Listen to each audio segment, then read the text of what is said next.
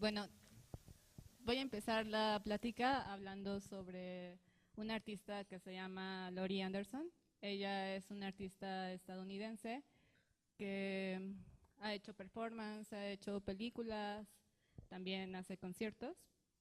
Em, y voy a hablar de ella como una metáfora de esta exposición, que para mí esta exposición es una construcción de distintos lenguajes para entender el mundo, entender distintas realidades.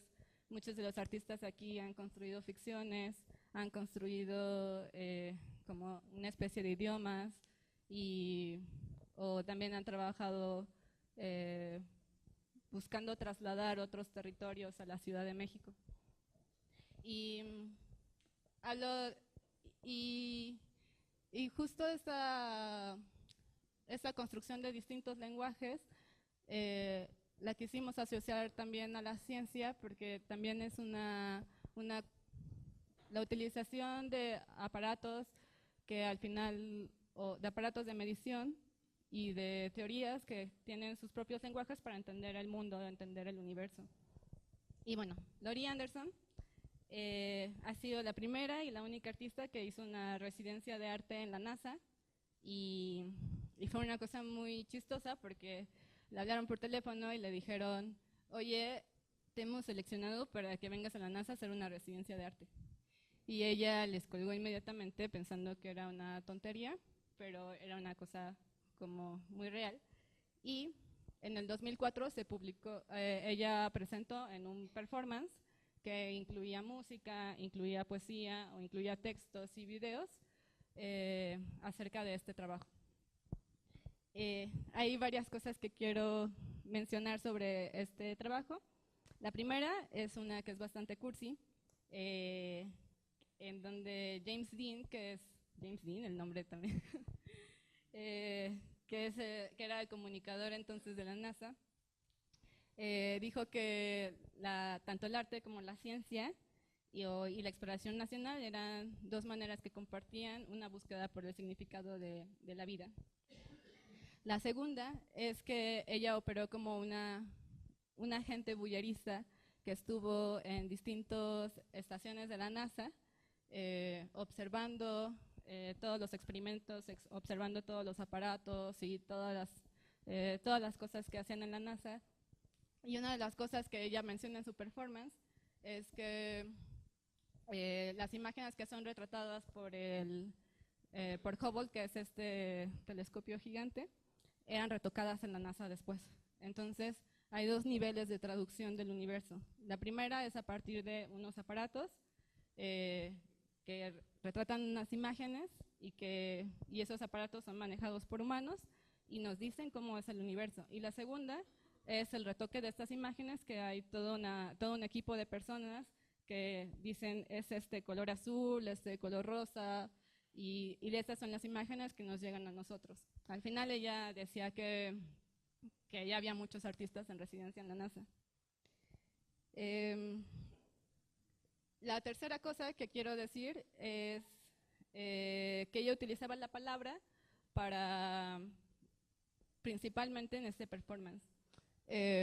Porque había imágenes y había música, pero para ella el conjunto de narrativas y el conjunto de historias de toda esta experiencia era la mejor manera de transmitirlo era a través de un lenguaje que iba desde su historia personal hasta toda la documentación y también pasaba por una crítica social a la carrera militar de la cual la NASA también forma parte en Estados Unidos, una crítica al gobierno el entonces gobierno de Bush. La relatividad general es una teoría que tiene que ver con las cosas grandes, ¿no? Porque la gravedad, bueno, hay 4 fuerzas fundamentales en la naturaleza, el electromagnetismo y un par de fuerzas nucleares, pero la gravedad, lo bonito de la gravedad es que es la única fuerza que por ciertas razones termina siendo relevante a escalas grandes, ¿no? Entonces, si nos vamos a escalas muy, muy grandes, como escalas de los planetas, las estrellas, las galaxias, podemos en cierto sentido ignorar el resto de las fuerzas y la gravedad es la que domina.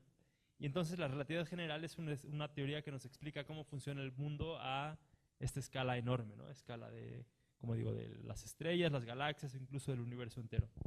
Y entonces es una teoría que en ese dominio funciona de maravilla, ¿no? O sea, nos ha permitido predecir, por ejemplo, la existencia de agujeros negros, de ondas gravitacionales, que ahora están de moda porque el año pasado o hace 2 finalmente logramos detectarlas, etcétera, ¿no? Entonces es una teoría que es maravillosa en muchos sentidos. Y por otro lado, también a principios del siglo XX se creó esta otra gran teoría, que es la otra gran teoría de la física del siglo XX, que es la mecánica cuántica, ¿no? Y la mecánica cuántica es la mejor teoría que tenemos para describir las cosas pequeñas, ¿no? Entonces, la teoría que nos explica cómo funcionan los átomos, las partículas elementales, como los electrones, los protones, etcétera, ¿no? Entonces, es una teoría que explica de maravilla las cosas muy, muy pequeñas, ¿no? Y entonces, igual que la relatividad general nos ha sido útil para predecir y encontrar cosas nuevas, la mecánica cuántica en su dominio ha sido también sumamente exitosa, ¿no? Es probablemente la teoría física más exitosa que hemos tenido en la historia de la física. Casi toda la tecnología que existe hoy en día, como las computadoras, los celulares, etcétera, existen gracias a que desarrollamos la mecánica cuántica, ¿no? Y entonces esta teoría cuántica describe de manera increíble las cosas muy, muy pequeñas. Y entonces, pues parece que todo está muy bien, ¿no? Porque tenemos esta teoría que describe lo grande, que es la relatividad general, y la teoría que describe lo pequeño, que es la mecánica cuántica. Pero el gran problema es que estas dos teorías, como bien decías, son incompatibles, ¿no? O sea, si trata de decir, bueno, o sea, a final de cuentas no hay en el mundo una línea que divida grande de lo pequeño, ¿no? Y entonces hay estas áreas grises en donde tú esperarías tener una teoría que te permita describir las cosas en ese contexto, pero si usas la mecánica cuántica llegas a una conclusión, si usas la relatividad general llegas a una conclusión distinta y no hay manera de ponerlas juntas, ¿no? Y entonces este es como el gran conflicto de la física del siglo XXI, ¿no? Lograr construir una teoría que ponga estas dos teorías juntas, ¿no? Aun cuando en varias corrientes filosóficas se habla de esto inaccesible, porque nuestra interacción con la cosa siempre está mediada, ¿no? Y podemos irnos al infinito en las mediaciones que tenemos en nuestra relación con la cosa. También hay algunas otras teorías que proponen que sí hay un acceso de alguna forma a la cosa. Sin embargo, la mayoría confluyen en que es en la mediación, ya sea en el consenso social o sobre todo en el consenso social, donde se construye el conocimiento. O sea, aun cuando pudiéramos tener, por ejemplo, en la fenomenología husserliana, que habla de una conciencia y minimiza un poco este problema del acceso al mundo, debido a que la conciencia siempre está volcada al mundo, es decir, la conciencia siempre es conciencia de algo, nunca está vacía, y así pues trata de minimizar este problema de acceso al mundo. Sí, para la construcción del conocimiento se necesita que haya una interacción o una verificación con otra conciencia, ¿no? De que la cosa que están viendo, los aspectos que te entrega esta cosa, pues tienen una concordancia.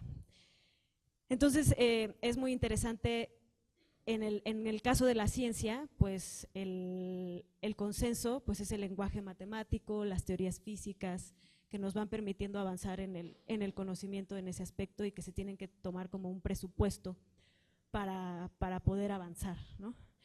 Un piso, digamos, de donde podemos construir. Y en términos astronómicos es muy interesante también esta mediación que pues nuestro acceso a los fenómenos astronómicos no solo está mediada por este lenguaje o este código matemático y este código de leyes físicas, sino también está mediada por robots, aparatos y todo tipo de gadgets, ¿no? Entonces es muy interesante cómo hay un lenguaje y un metalenguaje y luego una interpretación, y cómo nuestra construcción de lo que es el universo se va basando en estos filtros de mediación. Y pues todos estos filtros obviamente de alguna forma están antropomorfizados, ¿no? Desde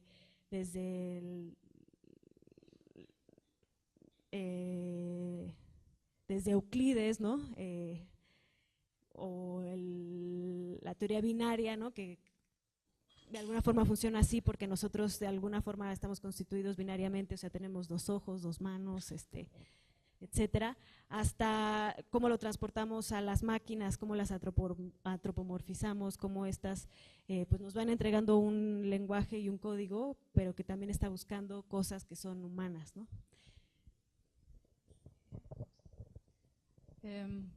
Bueno, pues me gustaría abrir ahora a preguntas del público, si tienen alguna pregunta que hacerles. Muchas gracias. Sí, muchas gracias. Sí.